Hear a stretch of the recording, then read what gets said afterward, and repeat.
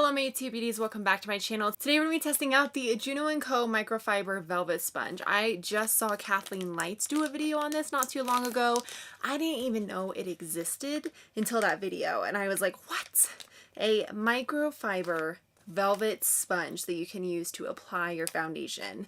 On the back it says, if you're looking for a more natural airbrushed foundation finish, this sponge is your go-to, made with velvet soft microfiber bristles and a slanted edge for controlled stippling. The JUNO Microfiber Velvet Sponge provides buildable coverage fast. This product was not that expensive, and it comes in this little pouch. This feels very odd. This is what the sponge looks like. I'm not gonna lie, it feels very strange for this to be velvet. But before we jump into testing this product out, be sure to subscribe before you leave so you don't miss out on my future videos. I upload Monday, Wednesday, Friday at 5 p.m. Mountain Standard Time. Here's a close-up of the sponge. As you can see, it does have this slanted edge right here, and then it also has this flat bottom. The hole in the bottom kind of concerns me because I feel like there's going to be product and buildup right there, and I don't normally apply my foundation like this. I usually apply it with the curved side of the sponge. So I'm interested to see how this is going to work, but this is the size that it is before I wet it. Let me go and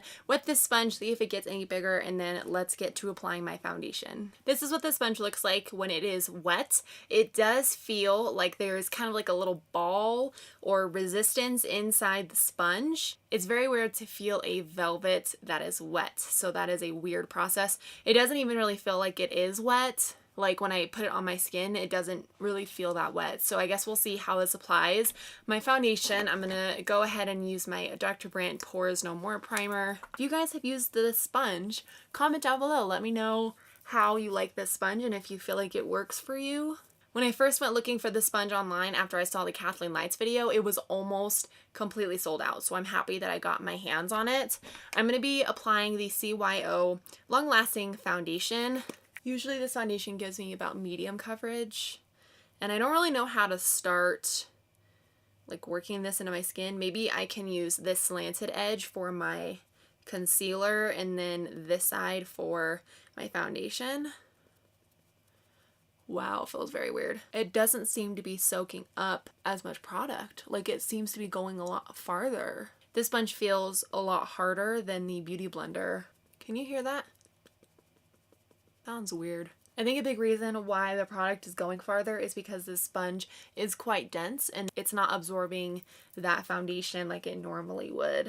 I feel like I cannot get into like my nose crease right here with this sponge very well. I also like don't really know where to hold on to this sponge because of the flat edge. I feel like I'm holding on to it weird. I do know that they also have another style of this sponge that's the same like microfiber velvet sponge, but it's I think a little different shaped. I'm not a huge fan right now of how it's feeling on my skin. It just feels very hard. So here's what my skin looks like. Let's try and apply some concealer and see how it does. This is the Maybelline Fit Me concealer. I don't think that I would use the bottom of the sponge. I feel like that's just kind of a place for the sponge to sit on. I'm going to take this slanted edge, try and blend out my concealer. That process was a lot better than using this side of the sponge. It seems a little softer, and I like that it is slanted. You can get right up underneath your lower lash line to blend out the concealer.